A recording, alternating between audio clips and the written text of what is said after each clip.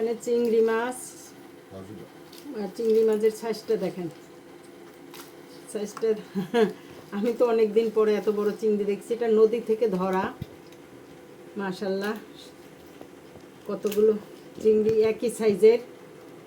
এই মাত্র অফিস দিয়ে আসার পথে মানে কিনে নিয়ে আসছে। আর এখানে হলো ফলি মাছ, হ্যাঁ বেশ কিছু ফলি, সাইজ এক একটার থেকে একটা দেখেন কত বড়। আর এইটা কি মাছ? সাগরের মাছ। আমি বলি সাগরের তেলাপিয়া, কিন্তু জানি না এইটার মাছটার নাম কি, আপনারা জানলে বলবেন। আর এই মাছটা আমি অনেক দিন পরে দেখলাম। এই মাছটা এখন আর বাজারেও তেমন পাওয়া যায় না। এই মাছটার নাম হলো বেদা মাছ, কিন্তু খুলনায় বাসায় বলে রয়না মাছ, কিন্তু আমরা বরিশালের বাসায় বলি এটা বেদা মাছ। মাছটা যদি ভালো করে লাল লাল করে ভাজা মশলা দিয়ে কষাই রান্না করে এই মাছটা বেশ স্বাদ, যারা খায় তারা জানে। আর এইটা হলো কালীবাউস মাছ, সবই নদীর মাছ। আমি অনেক কালীবাউস মাছ দেখছি, কিন্তু আমি অতটা চিনি না, এইবার সরাসরি দেখলাম। সাইজ দেখেন মাছের, এখন এই যে প্রত্যেকটাই সাইজের 1.5-2 কেজির এক একটা সাইজ। এই মাছ সব এখন কিনে নিয়ে আসছে, অনেকখানে প্রায় 9-10 কেজি মাছ, টাটকা মাছ, মানে নদী থেকে তোলা, যখন দেখছে টাটকা মাছ নিয়ে আসছে। আর আমি এই টাইপের মাছ পছন্দ করি, আমি আবার ঘেরের মাছ খাই না, জন্য যার কারণে এই মাছের আমার মোটামুটি সবাইরই আমাদের এগুলো পছন্দ। তবে চিংড়ি মাছগুলো অসাধারণ, এটা বলার কিছু নেই, মাশাল্লাহ। আর সিম্বা তো সেই সাথে এখানে ঘুরেই যাচ্ছে, মাছ তার দেখতে হবে। সাথে আমার আপিও আছে, দূর থেকে দেখতেছে, ওই যে শব্দ করে যাচ্ছে। কেমন হলো মাছগুলো আপনারা বলবেন, এবং লাইক করবেন, শেয়ার করবেন, সাবস্ক্রাইব করবেন, কমেন্ট করে আমাদেরকে সবাইকে জানাবেন যে মাছগুলো কেমন হলো। আমি তো বলবো অসাধারণ, অসাধারণ, এর উপর আর মাছ হয় না। কি মা, তাই না? তুমি কি বলো? যে আনছো সে কি বলো?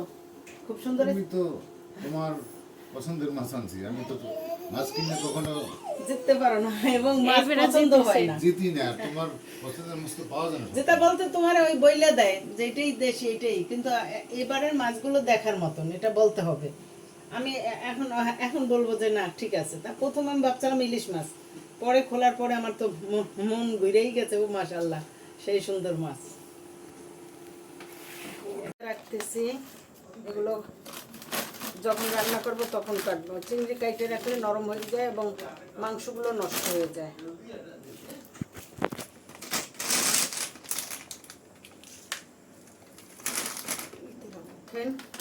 আমি বড় ব্যাগে আটার শক্ত ব্যাগে ঢুকাইয়ে রাখছি, এটা আগে ঢুকাই দেয়, যেহেতু এটা কাটবো না, নষ্ট হয়ে যাবে। সাইজটা তো দেখলে খাওয়ার চেয়ে দেখতেই মজা, মাশাল্লাহ।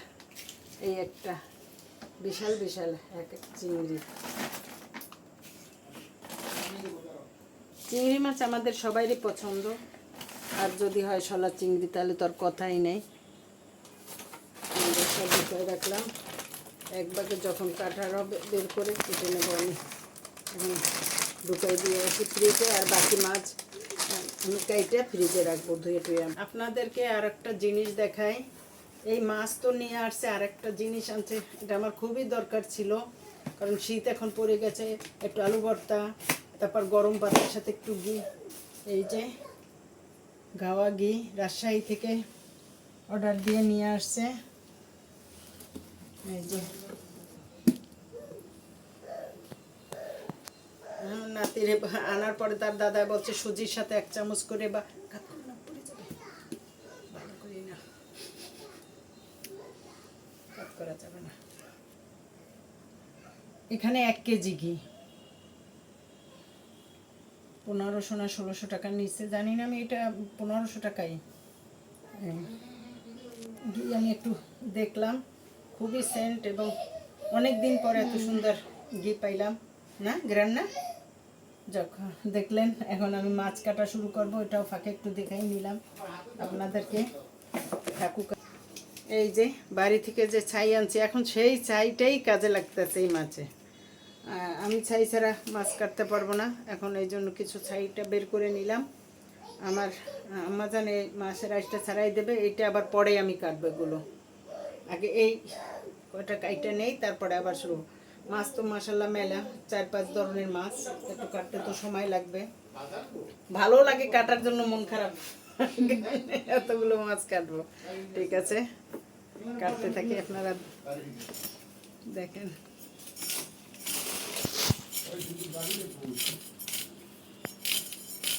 এই ফলি মাছের আঁশটা ছাড়তে বেশ কষ্ট। অন্যান্য মাছ কিন্তু একটা দুইটাই দিলে, এই যে ছোট ছোট জিনিস এবার ধোয়ার সময় ছাড়াতে হবে, খুব কষ্টদায়ক। অনেক সময় লাগে। কিছুটা ধুইলাম আমি, এখন এখানে যত ফলি মাছ, বেদা মাছ, তারপরে সাগরের তেলাপিয়া সব ধোয়া শেষ। এখন আর এই কালো পেঁয়াজটাও কাটছে, এখন ধোবো। আর জাগার পরিস্থিতিটা দেখেন যে কি হয়েছে, মানে এখন এখানে আজকে গরম পানি সোডা দিয়ে সাবান দিয়ে এই জায়গাটা পরিষ্কার করছি, এখন আবার দ্বিগুণ সাফ করতে হবে। সাথে তো এই সিম্বার মজা মিলছে, সিম্বা তো সেই মজা নিচ্ছে। এখন এই মাছগুলো ধুয়ে পানি জারিতে দিছি, আর এখন প্রত্যেকটা আলাদা আলাদা করব। এখন আবার কালী ব্যবস্থা ধোবো। দেখেন যে কি পরিস্থিতি হয়েছে। আল্লাহ, এই মাছটা নরম, ওইটুকু ফলি মাছ, এটা রাখবো না, এটা এখনই ভাইজে দেবো, এরা খাবে। যেহেতু কষ্ট একটু করছি, আর একটু করি। ওই সাথে আর 2 পিস ভালো মাছ নেব, কারণ সবাই তো আর মাছ এইভাবে খাইতে পারবো না আমরা, দেখি তারপরও।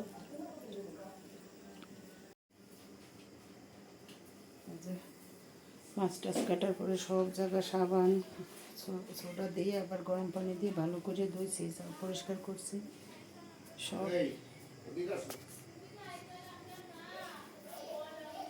আবার মাছ ভাজছি আমি,